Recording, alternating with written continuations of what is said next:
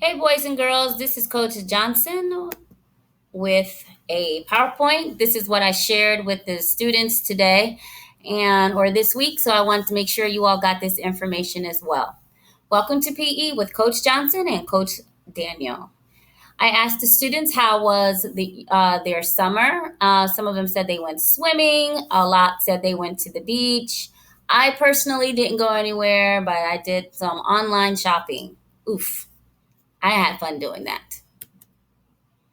A little bit about me. I'm from Connecticut. It's a small state near New York, and I love to eat clam pizza there. It's really good. I went to the University of Louisville and Kentucky. Also, this past weekend was the Kentucky Derby, a horse race that's very famous. Down here is a picture of Florida because I lived there for 8 years and taught there as well. And here are, oops, sorry, let me go back. A picture of my kids right here. All right, and now on to your next coach, Coach Daniel.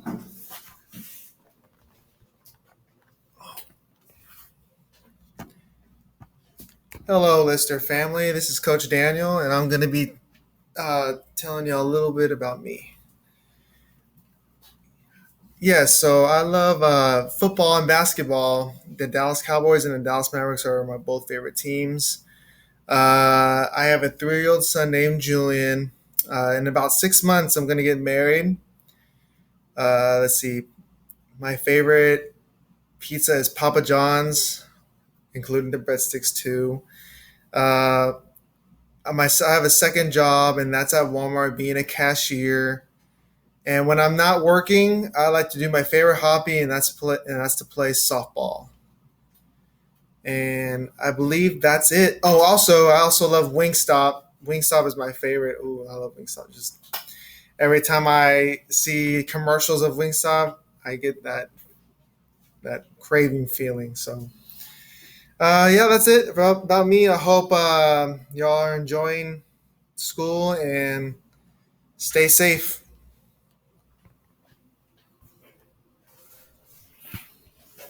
Thank you, Coach Daniel. And now, boys and girls, after our introductions, I assigned the students spots that they will be sitting at when they come to the gym. You will get that as well whenever you return. Then we played an activity. So, boys and girls, if you are able to click on this activity here, you will be able to play the rock, paper, scissors game. It is a different one. There are several different variations of rock, paper, scissors that we will do throughout the school year.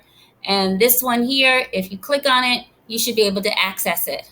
Now, if you are not able to access it right here, because sometimes Coach Johnson is a little, she struggles with technology. I struggle. So if you're not able to open it here, I will place it somewhere else so that you can open it and do the activity. So that's the rock, paper, scissors activity. Why are you here? What will you learn? And what is physical literacy? Now you're going to watch a short video on that. So you will hopefully be able to have the answers to that when it's over.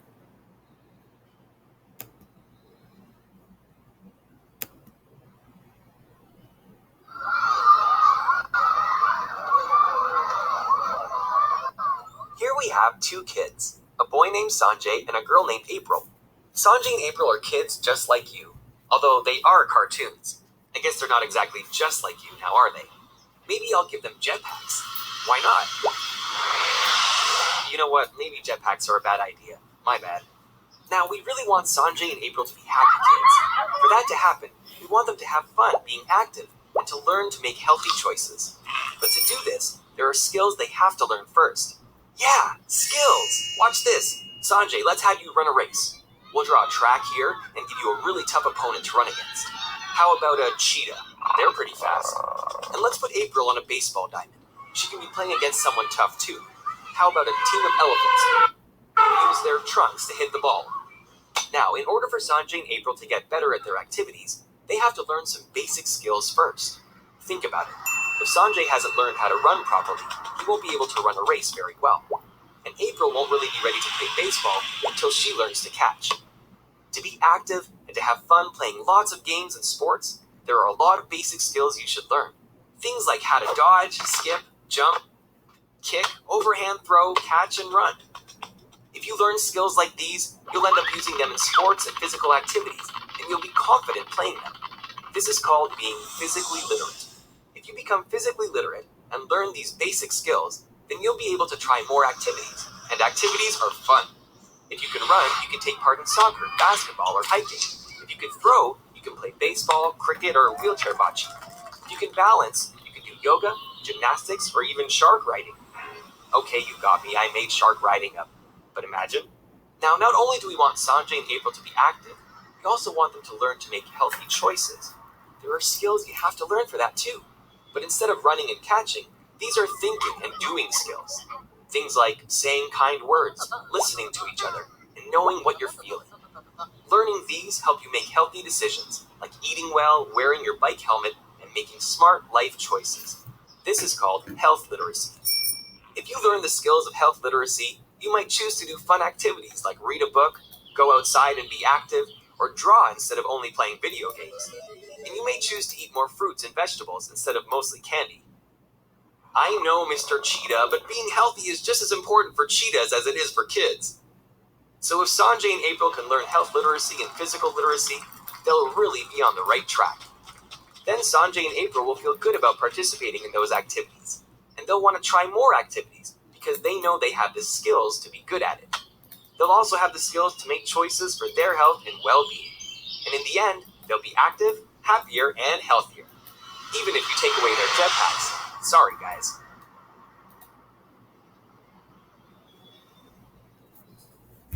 All right. So basically, boys and girls, that video was talking about physical literacy, being confident in the skills that you're going to learn here in PE, like throwing, catching, running, skipping, hopping, balancing, different things like that, so that you can do them in different environments, like maybe when you join a team or when you're out playing with your friends. You'll feel more confident because you would have had some experience with that. Also, boys and girls, health literacy, we will also be educating you on making healthy choices in life. I've already talked to you about 60 minutes of physical activity every single day. So not taking time off on the weekends. But if you can't do it every single day, that's fine. But you need to try to. And making healthy choices as far as food goes, and not always reaching for candy or the chips and the soda, but reaching for the fruits, the vegetables, and limiting the sugar that you are eating. All right, so after the presentation, we went back into, whoops, Here we have two kids. sorry, A boys boy and named girls. We went back into the slides. Then Coach Johnson went over the rules. Number one, follow directions the first time given. Why? Because I don't like to repeat myself. And just like you follow directions when you go to the cafeteria, the library, and at home, your parents tell you to do something once and they want you to do it then. They don't want to have to repeat themselves over and over again. So the same thing for the gym. Move safely and in control. Make sure when you're in the gym, you're keeping your social distance and you're not falling into people or falling on someone else, or you don't want to hurt yourself or anyone else. Use equipment properly. When we use equipment, you don't want to sit on the balls to make them flat or pick at anything. We want to keep our stuff looking nice and new. Keep your hands and your feet to yourself. No screaming. I know we'll get excited when you're in here, and that's fine, but we don't want to scream because it's going to hurt our ears. And try your best and have fun. Now, just like at home and in different parts of the school, there's consequences when you don't follow directions. So strike one is a verbal warning. Strike two, a second warning. Strike three, timeout. That means you'll miss some of PE. And then strike four is a call home. But I'm sure we won't have to deal with any of those issues. All right, bathroom and water break. So when you come back to the gym, you may get water when we are playing a game.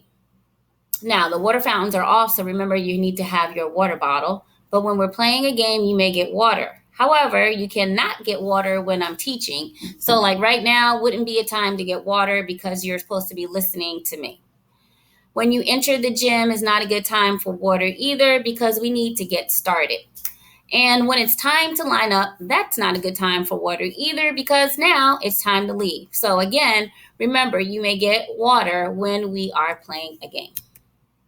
So basically, and I like to play a lot of music. So if the music's on, yes, you can go get water or to the restroom. If the music is off, then don't. No need to ask me or Coach Daniel because we're doing the activity.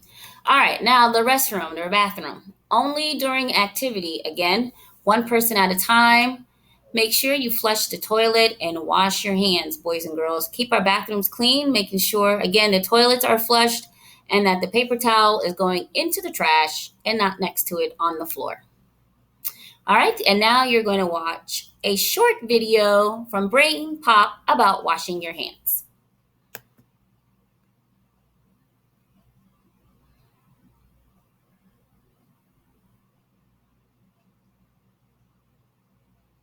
And we're waiting for it to load. Thank you for your patience. Can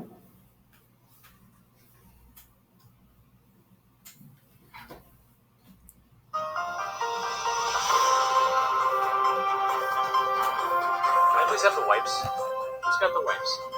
There's schmutz on my chair.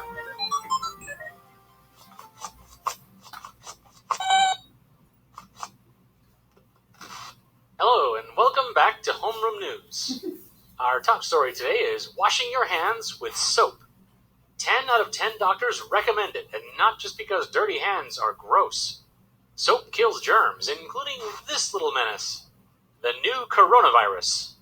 Here to explain just how soap works is our science reporter, Rita. Thanks, Tim. Great to be here. You know, it's funny. Before I read it off the cue card, I didn't know soap killed germs. I thought it just kind of washed them away. Well, you're not entirely wrong. Soap is a surfactant. It makes surfaces slippery so dirt and germs can be rinsed away. To understand why, we have to go down to the microscopic level. Each particle of soap has a hydrophilic head, which is attracted to water, and a hydrophobic tail, which is repelled by it. When you lather up, those particles spring into action. The tails try to face away from the water while the heads try to face towards it. They form tiny beads, with the tails pointing in so they're not exposed to water. Some of these beads happen to form around material on your skin, dirt, germs, whatever. Since those water-loving heads are pointing out, running water pulls the beads away. That's why soap is so good at cleaning things. Fascinating. But what gives soap its killer rep with germs? Well, soap also destroys membranes. That's a flexible outer layer found on bacteria and certain kinds of viruses. The coronavirus is one of these. Membranes are made up of particles similar to those in soap. One end is hydrophobic and the other is hydrophilic. In the presence of water, a soap particle acts like a knife flying into this structure. The hydrophobic tail wedges itself into the membrane and splits it open. That destroys the virus's ability to infect your cells. As for bacteria, they drop dead without a membrane. All of this takes a bit of time, though. You should wash for 20 seconds before rinsing with water. Our cells movie says that the cells in our body have a similar membrane. Why doesn't soap harm our skin? That's a great question, Tim. Yes. Soap actually does cause a little bit of damage to skin cells. But don't worry, your body adds millions of new skin cells every hour. Plus, a coating of hardened, dead cells offers another layer of protection. Our hands can take several washings a day, no problem. If your hands get dry from all the extra cleaning these days, you may want to use lotion. Ooh, no thanks. You won't catch me using lotion. It's all sticky. Ick. All right. Well, any other questions for me? Oh, yeah. Let me see. Oh, okay, here we go. Fascinating, but what gives soap its killer rep with germs? You asked me that already.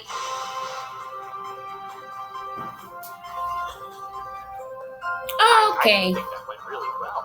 Mhm. Oh, So that was just a little video, little science for you guys about germs and why we need to make sure we wash our hands. And like it said, your hands can take lots of washing, so don't be afraid. And if your hands get dry, we have lotion here that you can use. All right, so wash your hands. When we are playing, we need to remember to stay 6 feet apart. Mask breaks will be given as necessary. All right, so when we are playing, boys and girls, the stopping signal will be Lister. I would say Lister. You would say Lions. So Lister. I hope you said Lions. That means stop, look, and listen. Or I would just blow the whistle. All right, so at the end of PE, you will see these guys here. You're just going to look at it and kind of self-assess yourself. How did you do today? Did you do a good job? Do you need to keep on trying? Maybe you didn't do, maybe there wasn't a lot of effort. So look at that and try to give yourself a self-assessment as you exit. All right. Oh, thank you, boys and girls. Thank you. Thank you, boys and girls.